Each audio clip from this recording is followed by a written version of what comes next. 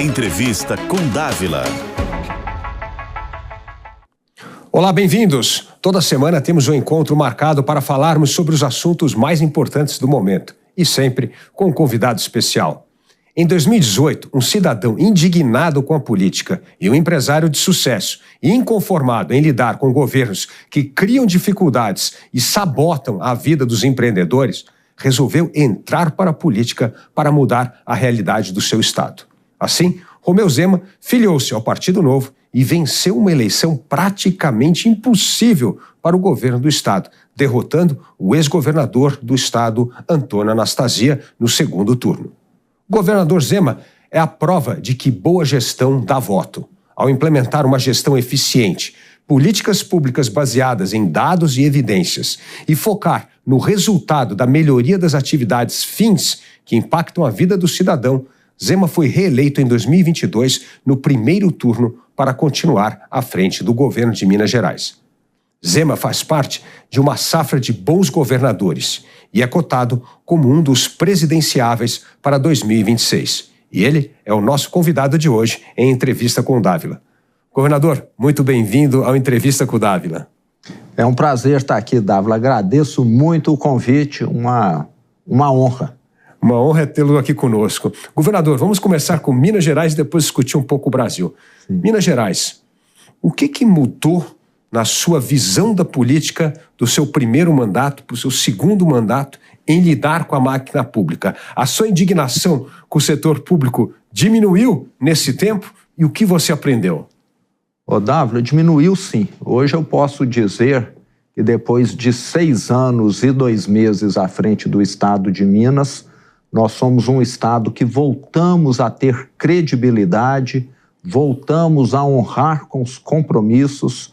Hoje, o serviço que o estado presta às pessoas, aos empreendedores, está num patamar muito acima daquele que ocorria há 6 anos e 2 meses atrás. Os avanços foram muitos. Nós ainda temos muito o que fazer em Minas Gerais, mas todos os indicadores de políticas públicas avançaram e a situação financeira do estado, que era gravíssima, hoje é muito menos grave. É grave ainda, nós temos uma dívida de 160 bilhões de reais com a União, como outros estados, mas hoje nós temos um fluxo de caixa previsível, nós temos um estado que é previsível e previsibilidade é fundamental para Minas avançar. E um detalhe muito importante, Dávila, nesses 6 anos de governo Zema, o estado todos os anos cresceu acima da média Brasil, o que prova que a nossa gestão é uma gestão que funciona para atrair investimentos, para criar empregos. Com certeza, a previsibilidade é fundamental para resgatar a confiança do setor privado no estado. E o seu estado atraiu muito investimento. Conta um pouco desses investimentos que você conseguiu atrair como governador. E hoje Minas tem lá como indicadores de desemprego um dos mais baixos do país, inclusive comparando com a média nacional. Conta como é que foi essa transformação para fazer o estado um aliado de quem quer investir e não aquele peso pesado que atrapalha a vida do empreendedor. Bom, Dávila, nós simplificamos muita regulamentação do estado, revogamos milhares de normas que só tornavam o processo complexo, sujeito a interpretações, o que é um desastre, né? Em determinada região, eu sofri isso. Um fiscal falava uma coisa no leste, no oeste a interpretação era diferente. Uma mesma lei, um mesmo estado. Então, tudo isso que gerava dúvida foi revisto, é importantíssimo. E como eu sou do setor privado, Dávila, a minha conversa com o empreendedor, com o investidor, ela flui, porque eu converso a linguagem deles. Eu fiquei mais de 30 anos no setor privado, então eu deixo muito claro para ele, se alguma coisa sua ficar engavetada, esquecida, na Secretaria da Fazenda, um regime tributário especial, se um relatório de impacto ambiental seu, que precisa ser analisado, ficar parado na Secretaria do Meio Ambiente, alguma coisa que dependa da Secretaria da Saúde no que diz respeito à parte sanitária, eu dou o meu telefone para ele e falo, você pode me ligar. E já aconteceu de algum empreendedor me ligar e falar, eu estou aqui aguardando um posicionamento da secretaria tal e que não me atrasou. Fui verificar, na verdade, a secretaria tinha solicitado documentos para a empresa e a empresa que não tinha enviado. Então é muito bom você ter esse contato. Eu falo que eu sou um governador servidor. Eu não sou aquele que vou lá, tomo um cafezinho e viro as costas, não. Eu continuo acompanhando, tenho contato com os empreendedores. Ontem mesmo, almocei na FIENG com os principais indústrias de Minas Gerais. Faço o mesmo na FAENG. Todo mês tenho contato com o presidente da Federação da Agricultura, da Federação do Comércio. Então, é um trabalho em conjunto com o setor produtivo. Se nós vamos alterar alguma regra, o setor produtivo é consultado. E aquilo que as empresas precisam, eu estou sempre escutando. Eu sei que ainda hoje nós precisamos, Dávila, melhorarmos o fornecimento de energia elétrica. Nós temos hoje unidades industriais, produtores rurais em Minas que ainda dependendo do momento, da época do ano, de geradores a diesel, que é uma fonte de energia muito mais cara, muito mais poluente, porque a energia elétrica da CEMIG não chega lá em quantidade suficiente, mas estamos trabalhando para resolvermos isso. A CEMIG está fazendo o maior programa de investimento dos 74 anos de existência da empresa. Mais de 50 bilhões de reais para poder resolver esse problema definitivamente. Então, nós somos um estado que tem, eu diria, essa postura. Alguns podem falar que é humildade, ou então uma posição de servir, e não uma posição de falar, você é setor privado, você é quase que criminoso, e eu quero complicar a sua vida, que infelizmente é o que acontece muito no Brasil. Agora, governador, tem uma enorme assimetria entre o que está acontecendo no estado, por exemplo, em Minas Gerais, com um governador como o senhor, previsibilidade das regras, confiança, pró-negócio, com o governo federal. Cada vez mais as pessoas que empreendem nesse país sentem o peso da insegurança jurídica, da imprevisibilidade. Como é que está sendo essa mistura de vontade de investir em Minas, mas preocupado com o Brasil? Como é que nós vamos resolver essa assimetria em lidar com regras federais instáveis e voláteis e com essa previsibilidade e um espírito pró-negócio no Estado? Coincidentemente, Dávila, o PT foi o partido que destruiu Minas Gerais. Eu assumi um Estado arrasado, que não tinha quitado a folha de pagamento, que não tinha pago o 13º, que deixou o nome de 240 mil funcionários públicos irem para o SPC e Serasa, porque não pagou os bancos o empréstimo consignado, que sequestrou recursos das prefeituras. Num ponto, eles foram muito corretos, sequestraram dos 853 municípios. Não fizeram escolha política. Não fizeram. Não sobrou um prefeito que ficou livre do sequestro de recursos. E ainda por cima foram no Tribunal de Justiça e pegaram os depósitos judiciais. Isso gerou uma onda de descrédito no Estado, de imprevisibilidade. Tanto é que nós tivemos prefeitos em Minas Gerais, durante a gestão PT, que renunciaram, que adoeceram, porque a pressão era muito grande, se administrar sem recurso, e até que suicidaram. Nós tivemos os 3 casos em Minas Gerais. E parece que é uma filosofia de achar que a gastança melhora. Eu nunca vi isso em lugar do mundo dar certo, e foi o que fizeram em Minas Gerais. E lotear tudo, lotear secretarias, lotear as autarquias, lotear as estatais, com gente que não tem preparo nenhum. E o reflexo vem adiante. Na minha opinião, o Brasil, infelizmente, está caminhando nesse sentido. Gente despreparada e, pior, em quantidade, Aumentaram a quantidade de ministérios, de cargos, é o que fizeram em Minas. E gasto desenfreado. No caso de um estado igual Minas, quebrou, porque Minas não emite dinheiro. Um governo federal emite, a inflação está aí, muito perceptível, qualquer um que vive no mundo real está vendo o aumento dos preços, principalmente a dona de casa que sofre mais. Toda semana ela vai no supermercado, então ela está assistindo essa tragédia, infelizmente, no Brasil. Infelizmente, o governo parece que só tem um plano, né, que é aumentar imposto, né? Redução de gasto não existe, é só aumentar imposto, né? Exato. E assim, uma ilusão de que gasto, de que estrutura leva a desenvolvimento, não é? Então, é uma visão anacrônica, que cheira naftalina, que realmente não deu certo no lugar nenhum do mundo, mas parece que aqui no Brasil uma parte da nossa classe política fica tentando o que já deu errado sempre, na ilusão de que um dia dê certo. Roberto Campos que falava isso, não é isso? É isso mesmo.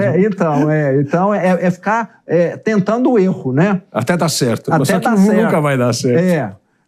É como se você falasse, todo mundo que pulou do 10º andar até hoje morreu. Não, mas vamos continuar tentando, uma hora um vai sobreviver, não é isso? Parece que é alguma coisa assim, É verdade. Governador, uma das coisas mais importantes hoje que impede a melhoria da competitividade do Brasil é a ausência de infraestrutura. Nós precisamos investir muito em infraestrutura. E como o Estado não tem mais dinheiro para investir em infraestrutura, praticamente todos os gastos são com despesas correntes.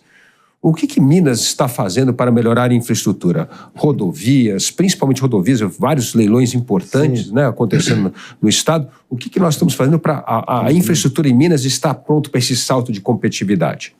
Exato. Nós temos feito muitas concessões. Primeiro, Dávila, nós melhoramos o fluxo de caixa. Eu fiquei 2 anos e 8 meses pagando a folha de pagamento atrasado. Não conseguia pagar na data certa. Com 2 anos e 8 meses, nós regularizamos o pagamento do funcionalismo e, com a melhoria no fluxo de caixa, nós começamos a ter algum recurso para recuperarmos as estradas. E depois, nesses 3 anos e 4 meses, nós já investimos 4,5 bilhões na recuperação. Mas é um estado muito grande, tamanho da França. 4,5 bilhões não é o ideal, mas esse processo continua.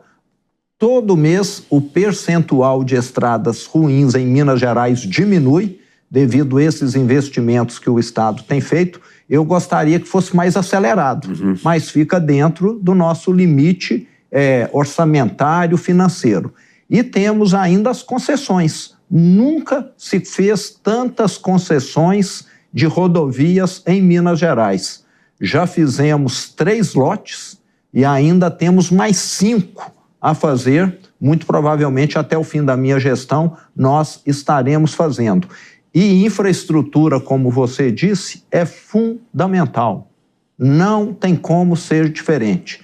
Eu já escutei de produtor de hortifrutigranjeiros que, devido à situação da estrada, que trepidava, o caminhão ia pulando, a mercadoria dele praticamente chegava toda danificada. Depois que a estrada foi recuperada, ele conseguiu voltar a fornecer novamente.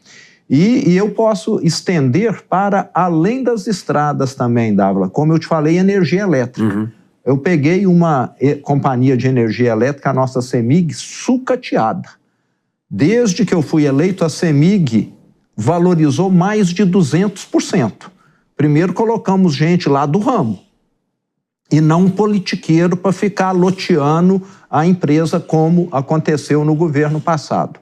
E a CEMIG, lá atrás, ela foi usada para fazer politicagem.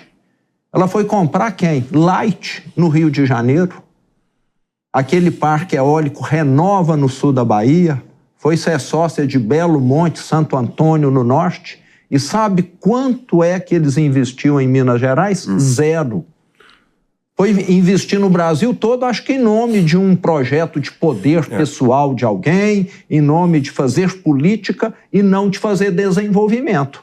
Agora as pessoas precisam de desenvolvimento para colocar arroz e feijão no prato, e não de política para poder ver as coisas desenvolverem. Hoje, 100% dos investimentos da CEMIG são em Minas Gerais. E, além disso, nós temos um procedimento da Secretaria da Fazenda e da Infraestrutura com empresas de Minas Gerais que elas podem caso do interesse delas e também do Estado, pavimentar uma estrada hoje e elas descontam esse investimento no ICMS a pagar. Então, isso também tem contribuído para que a malha viária do Estado melhore. Mas tem melhorado, Dávila. Eu penso que mais alguns anos toda a malha vai estar numa situação muito satisfatória e com as novas concessões eu penso que mais uma gestão, duas, continuando nessa direção, nós vamos ter uma malha viária tão boa como a de São Paulo. E CEMIG, depois dessa grande transformação de uma empresa deficitária, loteada, para uma empresa lucrativa e bem gerida, ela será privatizada ou continuará com a sua função pública de uma empresa hoje de capital aberto e que vai continuar investindo, expandindo no Estado? O nosso objetivo e interesse, Dávila, sempre foi privatizar CEMIG, Copasa e outras empresas.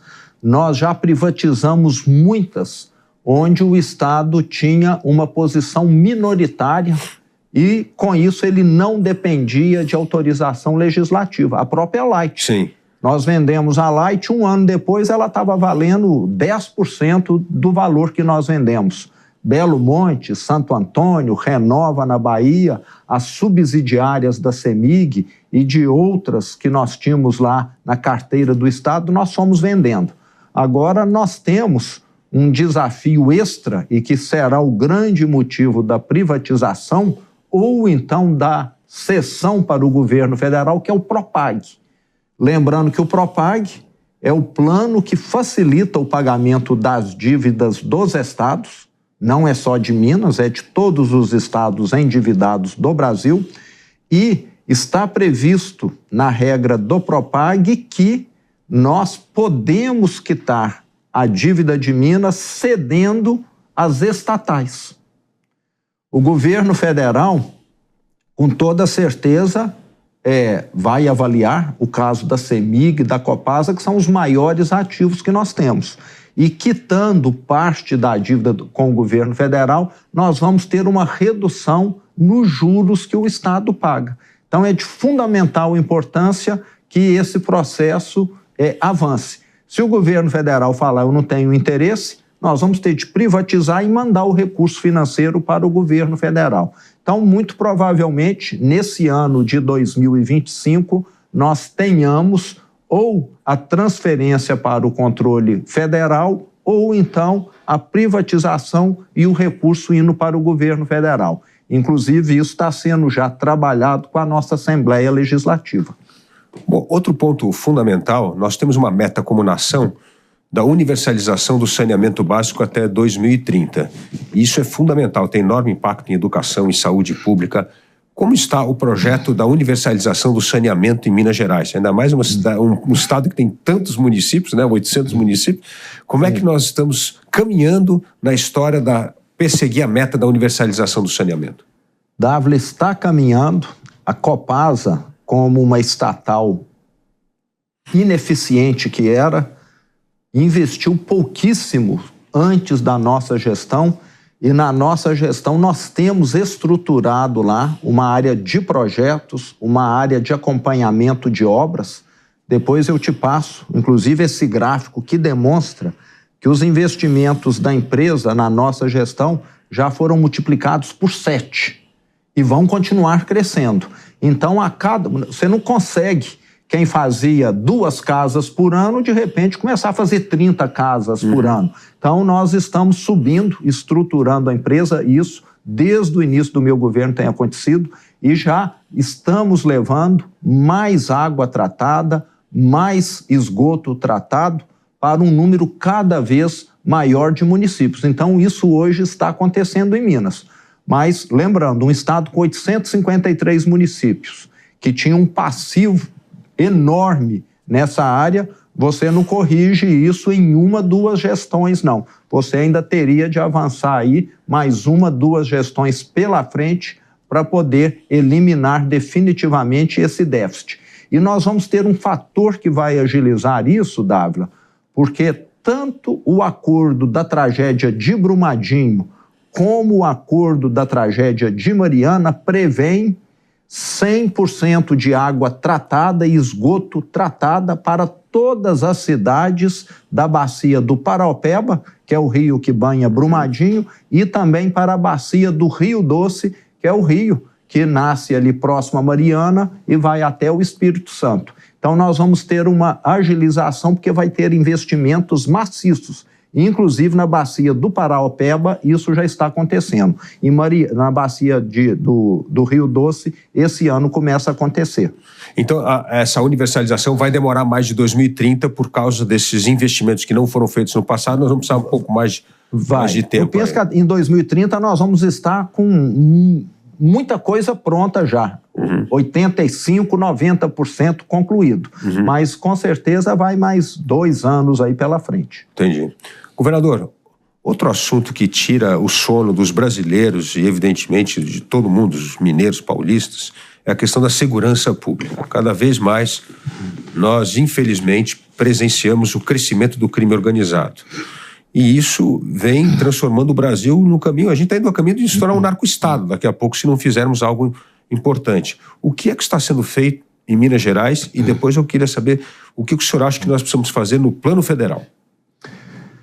Bom, Dávila, a segurança pública tem sido um calcanhar de Aquiles no Brasil, né? Um tendão de Aquiles aí. Nós temos sido um país que sempre é mencionado como um país violento, que tem recorde de assassinatos, de homicídios no mundo, mais de 40 mil, o que é muito ruim. Mas em Minas, nós temos hoje uma polícia militar que está completando, inclusive, 250 anos, que é uma das mais respeitadas do Brasil. Não existe, Dávila, um beco em Minas aonde a nossa polícia não entre e a população reconheça o trabalho que ela faz. Então, isso, por si só, já é algo extraordinário. Temos também uma polícia civil que tem a maior taxa de solução de crimes do Brasil. Mais de 73% dos crimes em Minas Gerais são solucionados pela Polícia Civil. Então, esses 2 fatos, por si só, já contribuem muito para que as taxas de crimes violentos no Estado sejam uma das menores do Brasil. E não estamos satisfeitos. Nós, governadores do Sul e Sudeste do COSUD, no ano de 2024, levamos ao presidente do Senado, ao presidente da Câmara dos Deputados e ao ministro da Justiça sugestões, Dávila, das mais simples possíveis para melhorarmos a segurança pública. Infelizmente, até hoje, nenhuma manifestação. O que nós queremos é o seguinte: lá em Minas eu tenho um prontuário que eu posso te mandar depois, de pessoas que já cometeram 60, 70 furtos, roubo de celulares, são presas um dia, 2 e são soltas. O que ele vai fazer amanhã? De novo, o mesmo delito. O que nós queremos é que quem cometeu o mesmo delito 2, 3 vezes não seja liberado mais, fique detido. E isso vai dar uma paz para o brasileiro, para o mineiro, enorme. Outra solução que nós levamos, simplíssima também, é você considerar que quem rompeu a tornozeleira eletrônica como um fugitivo do sistema prisional. Você sabe o que acontece com quem rompe a tornozeleira eletrônica hoje? Não. Vai acusar lá no sistema que ele rompeu. A polícia penal precisa de comunicar ao judiciário, o judiciário vai ficar meses para expedir um mandato de prisão. Você está dando uma liberdade de meses para alguém que pode ter periculosidade para a sociedade. E uma terceira recomendação nossa foi que policial tenha liberdade de abordar as pessoas. O policial hoje está ficando com medo de trabalhar, Dávila. Se ele aborda alguém que tem a característica X, amanhã ele vai ser taxado de X-fóbico. Se ele aborda alguém que tem a característica Y, de Y-fóbico. Então ele não pode abordar mais ninguém. Se ele te abordar, ele está perseguindo quem tem cabelo branco. entendeu? Então, ele fica totalmente constrangido de estar desempenhando a função dele. Né? E eu confio na Polícia de Minas, na militar, na civil, na penal que nós temos lá, e temos de deixar esse povo trabalhar. Agora parece que nós temos no Brasil um Estado que quer confiar mais no crime, no criminoso, no bandido. Então é algo que precisa mudar. Então eu falo que em Minas, graças a Deus, nós temos uma situação bem satisfatória no Brasil, mas estamos lá, cercado cada vez mais pelas organizações criminosas que atuam em outros estados vizinhos, e isso acaba contaminando. E nós temos de endurecer a lei de execução penal, como o senhor bem sugeriu aí, que é fundamental, né? Acabar com essa impunidade, né? Pegar com pessoas fundamental. Tem que acabar com isso, porque senão nós nunca vamos ter uma segurança que trará paz à sociedade, né? Agora, o crime organizado exige uma outra estratégia de combate. Mesmo agora começa a cogitar uma lei antimáfia, ter uma legislação específica para lidar com o crime organizado, porque esses faccionados, na verdade, transformam os presídios em verdadeiras escolas do crime, né? Como o senhor vê essa perspectiva de termos uma legislação específica, cortes específicas para tratar do crime organizado? Precisamos. O crime organizado, ele, igual uma empresa privada, pode ir crescendo de maneira orgânica, né, 20% ao ano. Se um Estado lerdo não se movimentar, o crime organizado vai continuar crescendo, como tem crescido. E é preciso ferramentas novas para estar combatendo o crime organizado, principalmente questão que envolve movimentação financeira, porque na hora que você tira o recurso financeiro do crime organizado, ele tende a ir morrendo, ou pelo menos enfraquecer muito. Isso é fundamental e precisamos principalmente, Dávila, de decisões judiciais mais ágeis.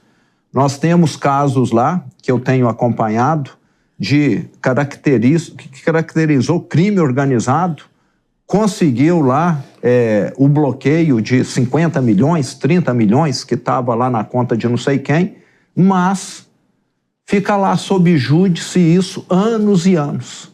Então, o advogado deles tentando ainda recuperar, isso tinha de ter uma decisão ágil para resolver de vez, senão você ainda está deixando a organização se movimentar, ter acesso a alguns fundos. Então, deveríamos ter um caminho expresso para combater o crime organizado na justiça. Tem um processo aqui contra o crime organizado, ele tem prioridade. Sei que tudo precisa de decisão judicial, mas algumas coisas precisam mais, porque um crime organizado custa muito caro para a sociedade. Com certeza. Aliás, é uma soma de medidas complicadas, né? Saidinha, tratar o bandido como vítima da sociedade, tudo isso acaba, na verdade, enfraquecendo demais o poder dos governadores, que acabam na mão da justiça, e a justiça acaba soltando esses criminosos. E completando o que você disse, fazendo o contrário com aquele que produz riqueza, criminalizando quem produz riqueza, não é? Então parece que nós temos uma inversão total de valores aqui no Brasil. É verdade. E falando nessa parte de recuperação do empreendedorismo, nós somos de uma geração que vimos o finalzinho daquele crescimento econômico maravilhoso do Brasil. O Brasil chegou a crescer durante 30 anos, 35 anos, 7% ao ano. Aí nos anos 80 isso parou e o Brasil praticamente entrou numa fase de baixo crescimento econômico, com alguns voos de galinha, alguns picos de crescimento econômico, né? O que nós temos de fazer para o Brasil voltar a crescer de maneira sustentável? Dávila, acho que é principalmente não complicar a vida de quem produz. Vamos ter, graças a Deus, né, uma melhoria na área tributária, via reforma tributária. Empresas grandes que têm uma unidade aqui no Brasil e que têm num outro país, unidades semelhantes, você sabe, aqui no Brasil ele tem 50 pessoas para poder apurar os tributos a pagar, lá fora ele tem 3, 4. E aqui ele está sujeito a errar muito, a pagar multas porque interpretou errado, porque houve uma revisão de decisão judicial e o que ele fez não é mais o certo e sim o errado. Então tudo isso cria um clima de incerteza, um clima hostil a investimento, e nós estamos vendo empresas indo embora do Brasil e poucas querendo vir para cá porque percebem que o clima aqui não é bom. É muita complicação, é muita demora, é muita má vontade de muitos órgãos públicos, o que não acontece mais em Minas Gerais.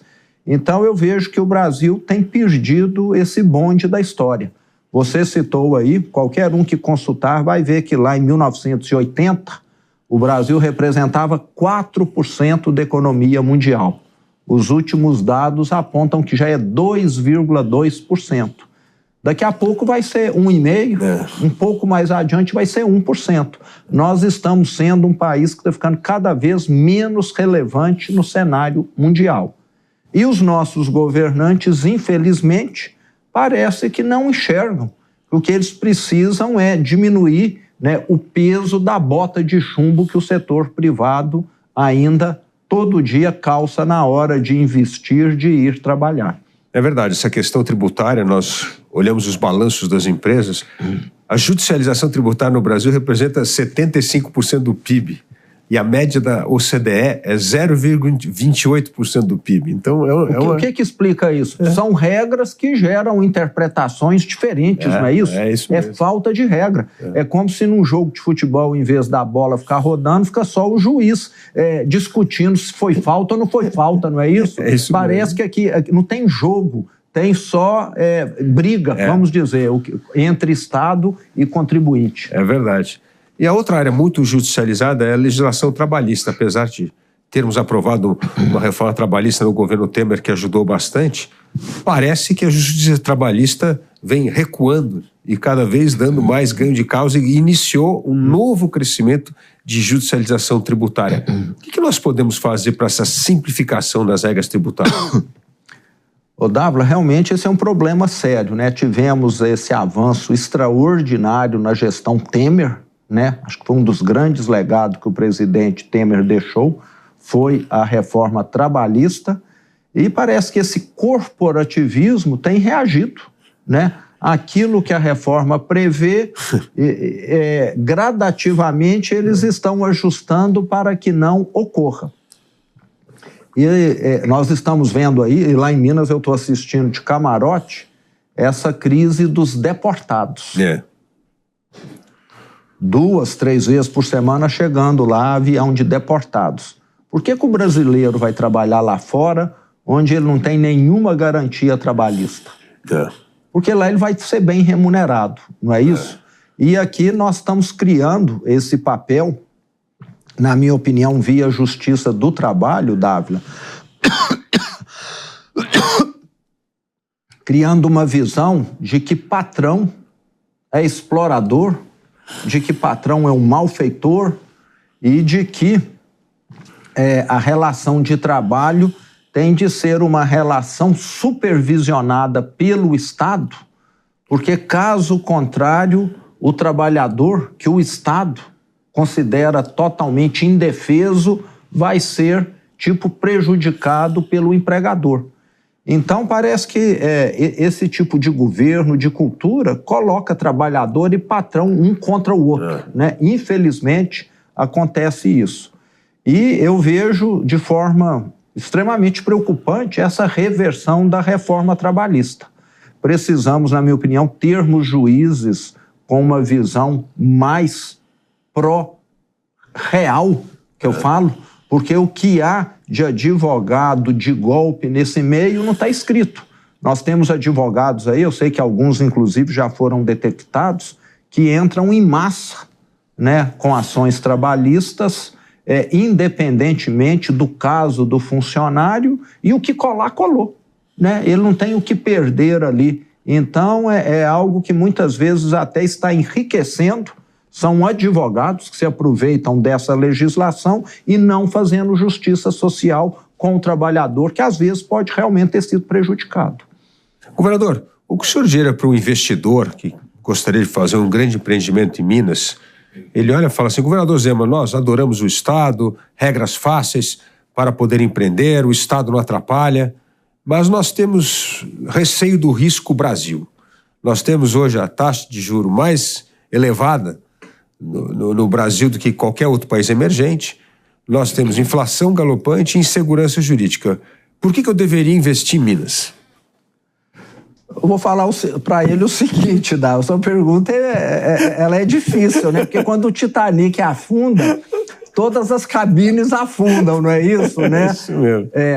Mas eu vou falar que o mineiro briga mais, sabe? Vai ser a última cabine a afundar, vai ser a de Minas Gerais. Lá nós temos um apreço muito grande pela liberdade, né? E eu tenho a convicção de que governo ruim tem dia para acabar, entende? Duram mais aqueles que pegam em armas, como Venezuela, né? Que fez lá um exército para se manter no comando.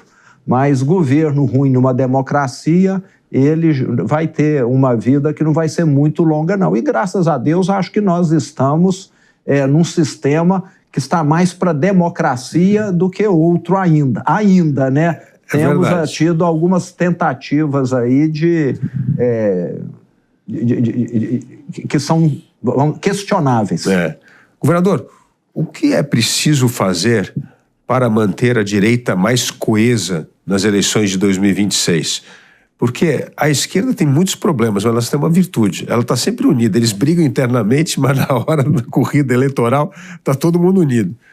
E a direita parece que são várias facções, cada uma puxando para um lado, uma até criticando a outra. O que nós precisamos fazer para encontrar esse mínimo denominador comum, unir a direita para ela se tornar muito competitiva em 2026?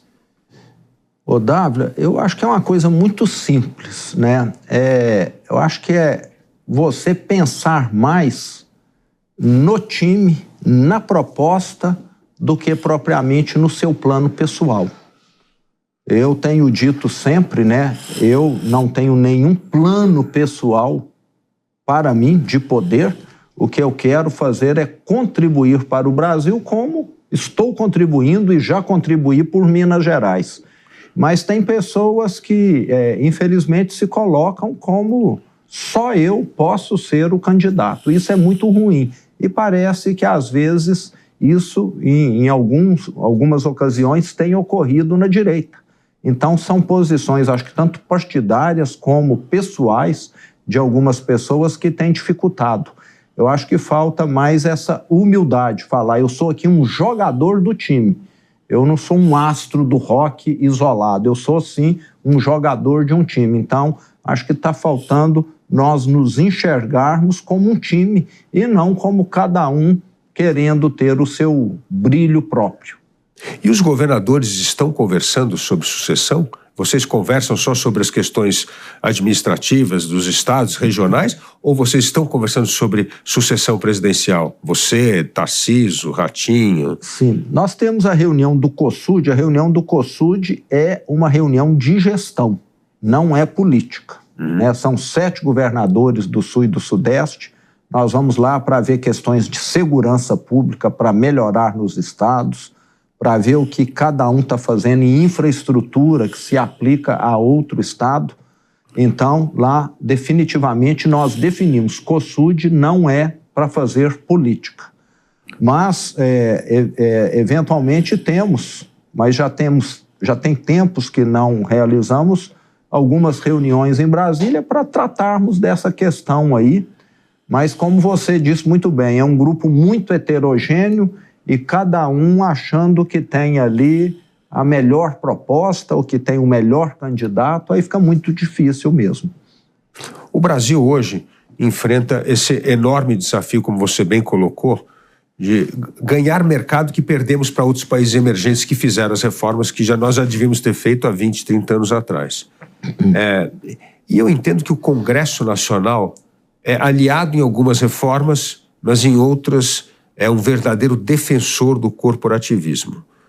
Como que nós podemos ter uma campanha presidencial para ajudar a eleger um Congresso mais pró-reforma? O Brasil não pode mais demorar, por exemplo, uma reforma administrativa que você, como governador, já fez no seu estado, vários governadores já fizeram, e nós ainda estamos devendo essa reforma no nível federal. Como é que nós podemos fazer com que a mobilização no Congresso esteja mais voltada para as reformas essenciais que o Brasil precisa? Dávila, é um tema bem complexo esse. Nós temos um Congresso onde temos excelentes parlamentares, temos de deixar aqui muito claro, mas temos lá uma boa parte dos parlamentares que só pensam na sua próxima reeleição. E essas emendas parlamentares, emendas PICs, etc., acho que exemplificam, de certa maneira, isso, né? O recurso público está sendo utilizado não para potencializar a melhoria no serviço público, as políticas públicas, mas sim para poder aumentar a chance de alguns parlamentares se reelegerem. Eu vejo que solução para isso é a longo prazo.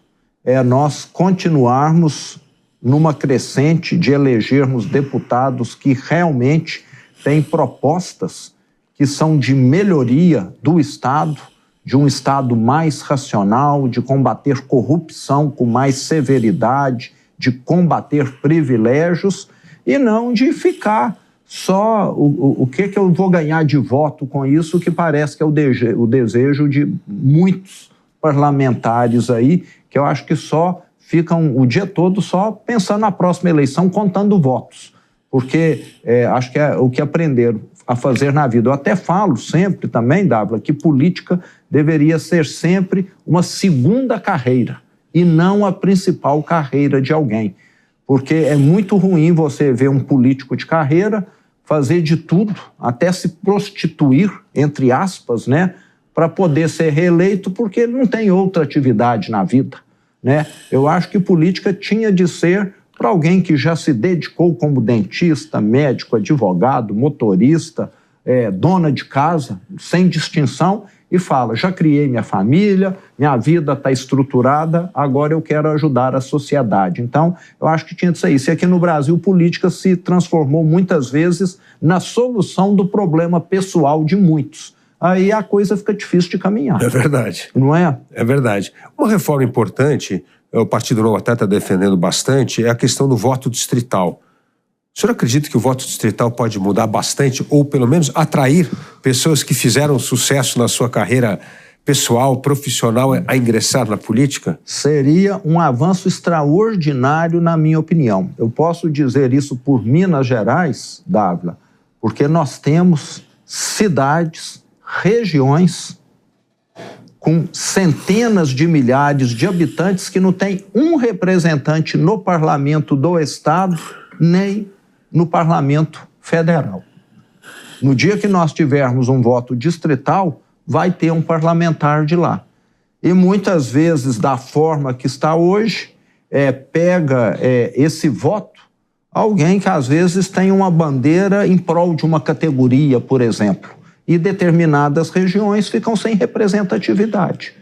Ou então ficam totalmente loteadas, né? Vai lá 10 estaduais, 20 federais, cada um com aqueles prefeitos ali, mas representatividade mesmo deixa de ter. E seriam eleições muito mais baratas, concorda? Nossa, concordo. Acho que como governador eu tenho de correr todo o estado de Minas, 853 municípios. Agora, para que um deputado estadual e federal percorrer 853? E nós sabemos que o fundão partidário e eleitoral só tem aumentado ao longo dos anos. Então, daria mais racionalidade para as eleições também. Governador, um dos entrevistados aqui no Entrevista com o Dávila foi o professor Eduardo Genetti da Fonseca. E ele disse que nós precisaríamos de um presidente da República, um JK, um Juscelino Kubitschek da educação. Ou nós temos foco nessa questão da educação no Brasil, melhorar a qualidade da educação básica, ou não tem como o Brasil melhorar sua produtividade. E vários estados vêm adotando medidas importantes para melhorar a educação local, mas ainda nós estamos muito distantes dos índices de educação do mundo, os internacionais, como o PISA, por exemplo, né? Minas tem um programa muito interessante que é o Trilhos do Futuro. Conta um pouco para nós como é que é esse programa do ensino técnico e a profissionalização e o que Minas está fazendo especificamente para atacar o grande problema da educação básica, que é a alfabetização das crianças plena até os 7 anos de idade, 8 anos de idade, e depois combater a evasão no ensino médio, que hoje chega a 46%. Sim. Bom, Dávila, desde o início da minha gestão nós fizemos 3 programas que eu diria importantíssimos. O primeiro é o Mãos Dadas. Como o nome indica, é um programa governo do estado com prefeituras. As prefeituras assumiram os anos iniciais do ensino fundamental, o estado transferiu recursos expressivos. Tem prefeitura que recebeu 50 milhões, outras 5, outras 80, dependendo do porte do município, para que ela investisse nos anos iniciais do ensino fundamental, e com isso surgiram escolas maravilhosas em todas as regiões do estado. Temos ainda o programa Mãos à Obra. Nós já reformamos mais de 2.300 prédios escolares dos 3.600. Poxa. Temos escolas que transformaram no aspecto físico. E nenhum aluno quer frequentar uma escola que está com aspecto horrível, pior do que a casa dele. Além disso, melhoramos a merenda de uma maneira assustadora.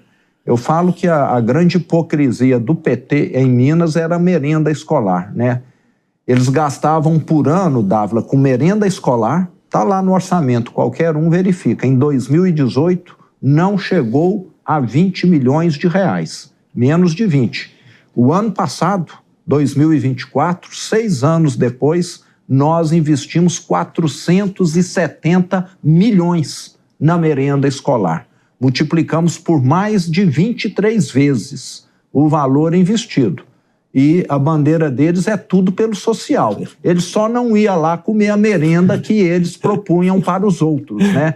Hoje, quando eu estou no interior do estado, muitas vezes eu almoço em escola estadual até para ver como que está a merenda. E tem carne todo dia, fruta, verdura, uma merenda que não é diferente daquilo que eu como em casa. Então, tudo isso tornou as escolas estaduais mais atrativas, mas nós temos ainda o gargalo do ensino profissionalizante.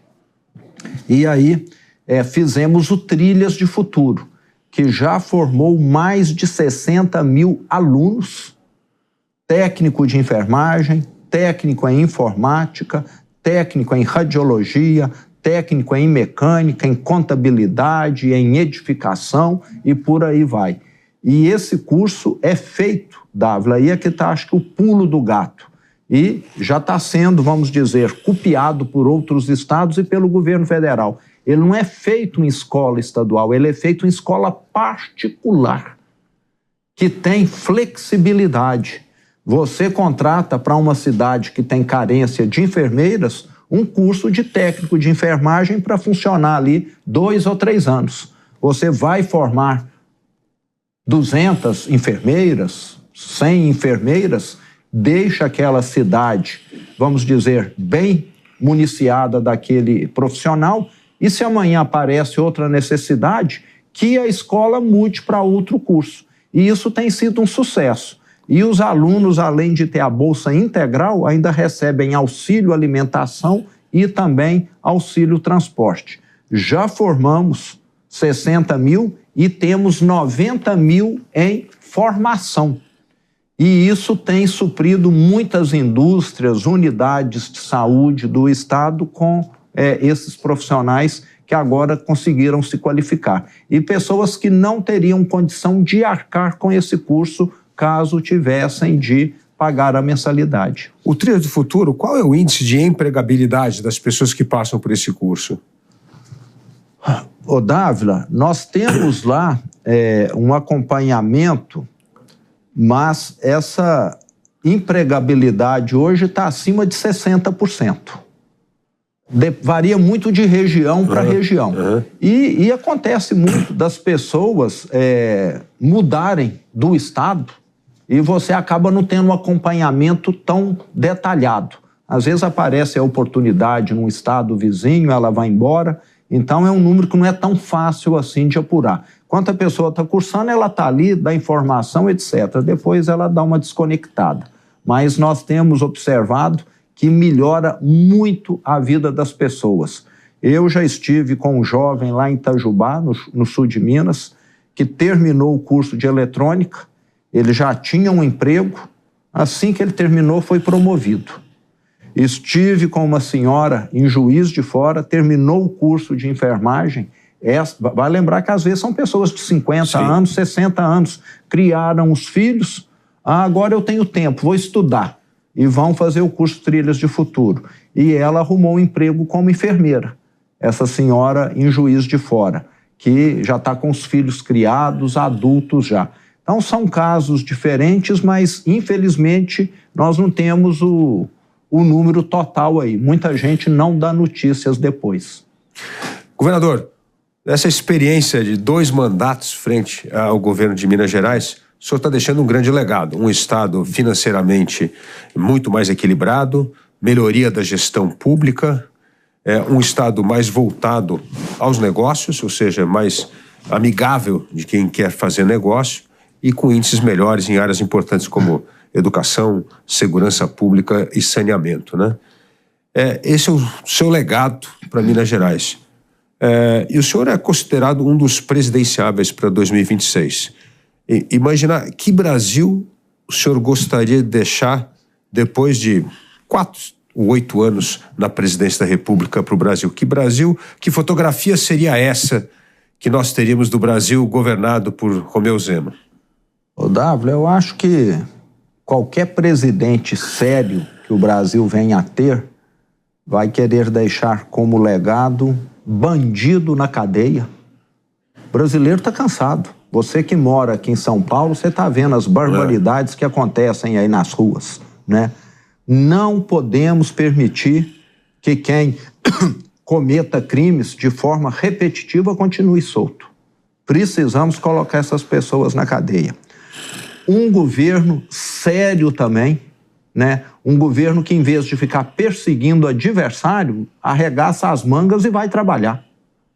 Parece que aqui a preocupação maior hoje do governo é ficar perseguindo o adversário em vez de fazer entregas. Um governo com gente competente, sem gente competente, não tem como avançar. E estamos longe de ter aí pessoas competentes, né? Recentemente vimos aí uma mudança no Ministério da Saúde, saiu uma pessoa da área competente, que entendia, que eu conheci, estive com ela durante a pandemia, ela era presidente da Fiocruz, e entrou uma pessoa que nunca aplicou uma injeção. Então, acho que não é desse jeito que você melhora a saúde de um país.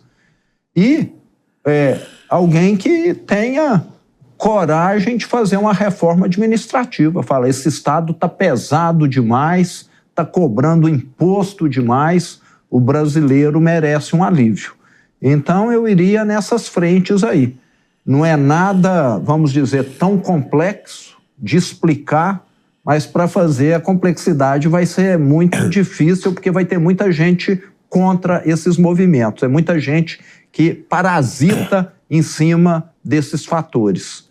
E como é que o governador Romeu Zema e o pai Romeu Zema convence os filhos a ficar no Brasil e a não desistir do Brasil e mudar para outro lugar, porque aqui está cada dia mais difícil para os jovens conseguir empreender, crescer e prosperar? Então, eu tenho uma filha que mora fora, né? Eu não consegui convencê-la não, sabe? Ela está na Inglaterra, em Londres, mora lá, onde a área que ela atua, que é cinema, é muito mais desenvolvida, e ela está muito satisfeita, trabalhando, fazendo o mestrado.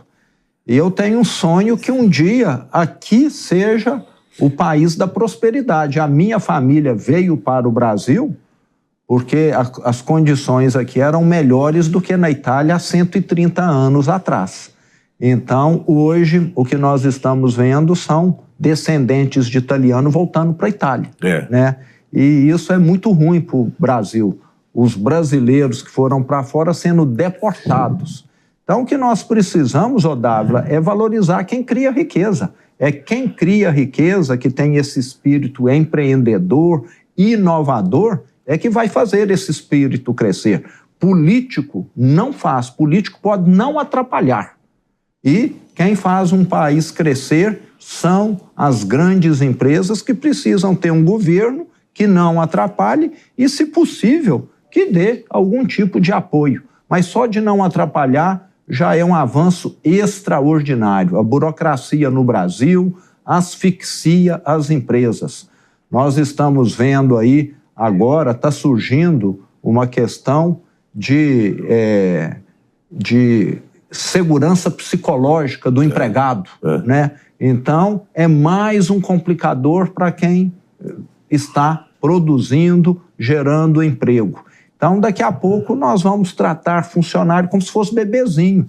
Toda empresa vai ter de ter lá um psicólogo individual para cada funcionário. Parece que nós estamos caminhando nesse sentido. E tudo isso passa a caracterizar como se o setor produtivo fosse meio que malvado, você concorda? É verdade. Não é?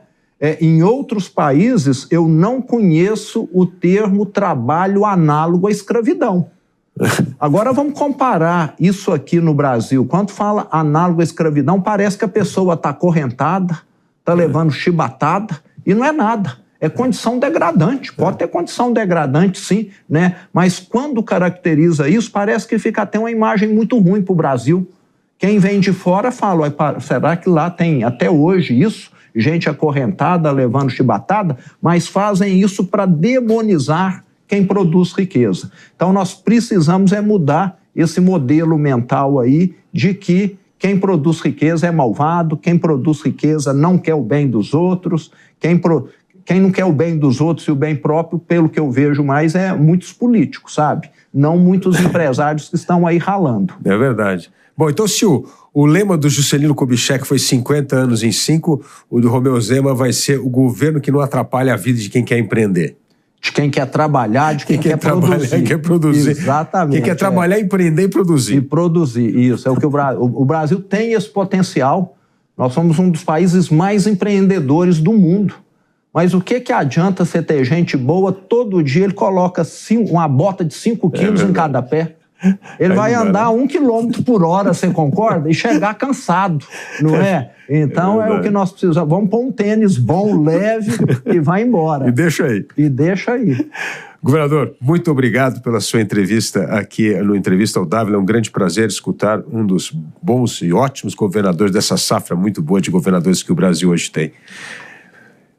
E a gente fica por aqui. E para você que gosta do jeito Jovem Pan de notícias, não deixe de fazer a sua assinatura no site jp.com.br. Lá você acompanha conteúdos exclusivos, análises, comentários e tem acesso ilimitado ao Panflix, o aplicativo da Jovem Pan. Obrigado pela sua companhia e até o próximo Entrevista com Dávila. Entrevista com Dávila. A opinião dos nossos comentaristas não reflete necessariamente a opinião do Grupo Jovem Pan de Comunicação. Realização Jovem Pan News.